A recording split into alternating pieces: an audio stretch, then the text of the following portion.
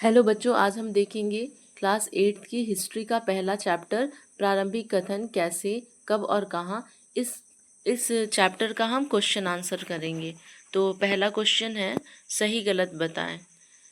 तो इसमें है जेम्स मिल ने भारतीय इतिहास को हिंदू मुस्लिम ईसाई 3 कालखंडों में बांटा था। तो ये सही है। इसमें क्या था, जेम्स मिल ने अपनी किताब में भारतीय इतिहास को 3 कालखंड हिंदू मुस्लिम और ब्रिटिश में बांटा था। नेक्स्ट है सरकारी दस्तावेजों से हमें यह समझने में मदद मिलती है कि आम लोग क्या सोचते थे। तो ये गलत है। क्यों गलत है? क्योंकि देखो, सरकारी दस्तावेज ज़्यादातर शासन और प्रशासन से जुड़ी हुई जानकारी देते थे। आम लोगों की सोच समझने के लिए हमें क्या चाहिए? अखबार, पत्र और उनकी लिखी डायरियाँ चाहिए। ठीक है, तो सरकारी दस्तावेजों से हमें आम लोगों की सोच जानने में मदद मिलती थी। तो ये गलत है। ग है अंग्रेजों को लगता था कि शासन सही तरह से चलाने के लिए सर्वेक्षण महत्वपूर्ण होते हैं। तो हाँ, ये सही है, क्योंकि अंग्रेजों का मानना था कि सर्वेक्षण से जमीन, लोक संसाधन की सही जानकारी मिलती है, जो शासन को बेहतर चलाने में बेहतर मदद करता है।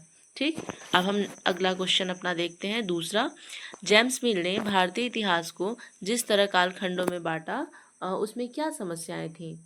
तो देखो, क्या समस्याएं थी कि जेम्स मिल ने अपनी किताब, उनकी किताब का क्या नाम था, ए हिस्ट्री ऑफ ब्रिटिश इंडिया, ठीक है, में भारतीय इतिहास को 3 हिस्सों में बांटा। कौन कौन?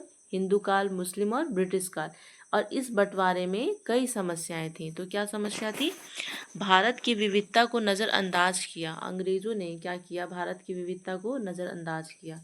भारत में कई धर्म, संस्कृति, समुदाय एक साथ रहते थे। मिल ने इसे केवल धर्म के आधार पर बांटा। ठीक है, मिल ने इसे केवल धर्म के आधार पर बांटा, जिससे पूरी भारत की तस्वीर नहीं दिखती।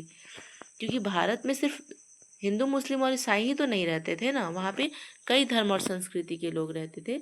और इन्होंने 3 भागों में बांटा, जो कि सही नहीं है। अब और क्या था समस्या? हिंदू और मुस्लिम को अलग करना गलत था। इस तरह क्या हुआ, जब इन लोगों ने हिंदू मुस्लिम काल करके बांटा, तो ये गलत था। भारत में हिंदू और मुस्लिम एक साथ रहते थे और एक दूसरे की संस्कृति को प्रभावित करते थे। इसे अलग करना सही नहीं था। और क्या इसमें दिक्कत थी? ब्रिटिश शासन को बेहतर दिखाया। जेम्स मिल ने जब अपनी किताब में बांटा, तो उसमें क्या कहा कि मिल ने ब्रिटिश शासन को सभ्यता और प्रगति का प्रतीक बताया। वो बोलते थे कि जो ब्रिटिश शासन है, जो अंग्रेज शासन कर रहे हैं, वो क्या है, बहुत अच्छा है। और भारत में जबकि भारत पहले से ही समृद्ध संस्कृति थी। भारत में क्या थी? जबकि भारत में पहले से ही समृद्ध संस्कृतियाँ थीं। और क्या था? भारत की सामाजिक और ऐतिहासिक सच्चाई को अनदेखा किया।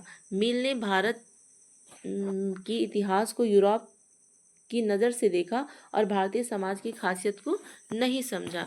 ये समस्याएं बताती हैं कि मिल का बंटवारा सही और पूरा नहीं था। तीसरा क्वेश्चन है, अंग्रेजों ने सरकारी दस्तावेजों को किस तरह सुरक्षित रखा? उत्तर है इसका, अंग्रेजों को लगता था कि जरूरी दस्तावेज को संभाल कर रखना बहुत महत्वपूर्ण है, इसलिए उन्होंने कई कदम उठाए।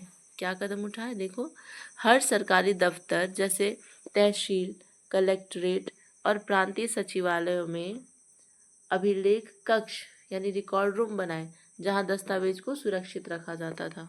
इसके अलावा महत्वपूर्ण कागजात को लंबे समय तक बचाने के लिए इन लोगों ने अभिलेखागार और संग्रहालय बनवाया। और क्या, इन जगहों पर दस्तावेजों को व्यवस्थित और सुरक्षित रखा जाता था, ताकि जरूरत पड़ने पर आसानी से मिल सके। इस तरह अंग्रेजों ने सरकारी दस्तावेजों को संभाल कर रखा। तो कैसे रखा?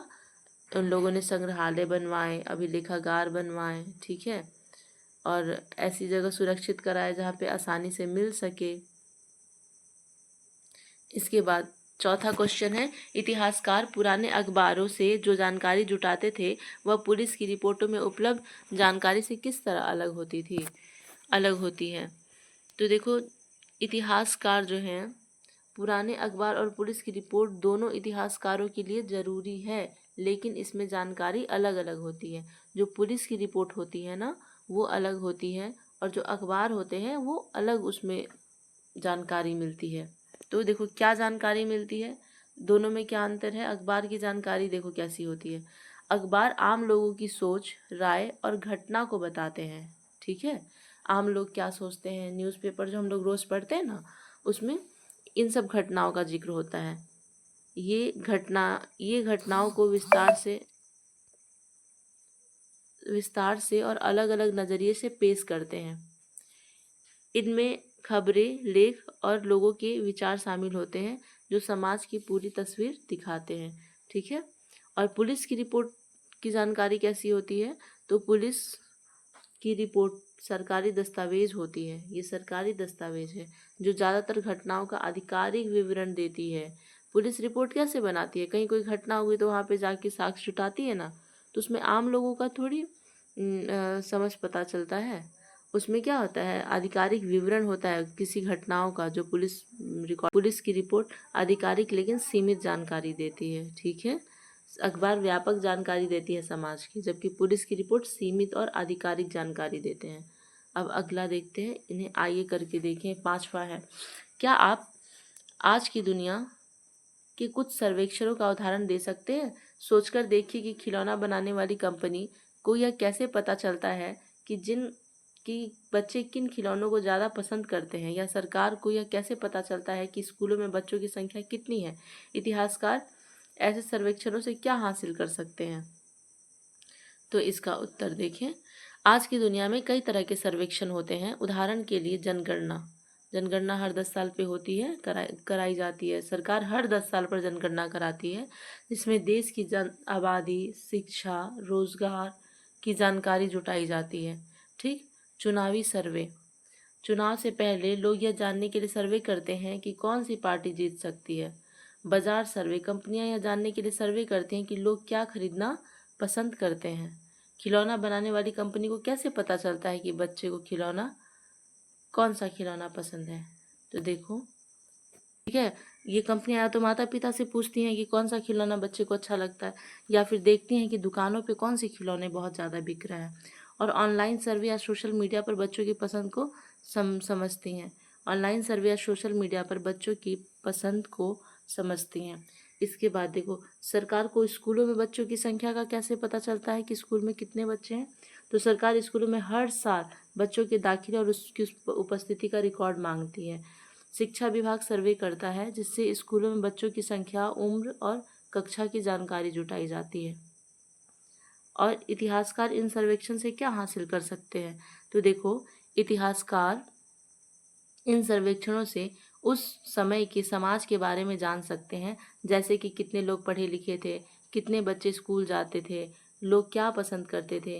वे ये समझ सकते हैं कि समय के साथ समाज में क्या बदलाव आए, जैसे कि शिक्षा का स्तर, लोगों की रुचियाँ। ये जानकारी पुराने समय की तस्वीर को समझने में मदद करती है। ठीक है। तो ये हमारा पहला चैप्टर क्या हुआ, ख़त्म हुआ। हम लोग नेक्स्ट वीडियो में इसका सेकंड चैप्टर देखेंगे। Thank you.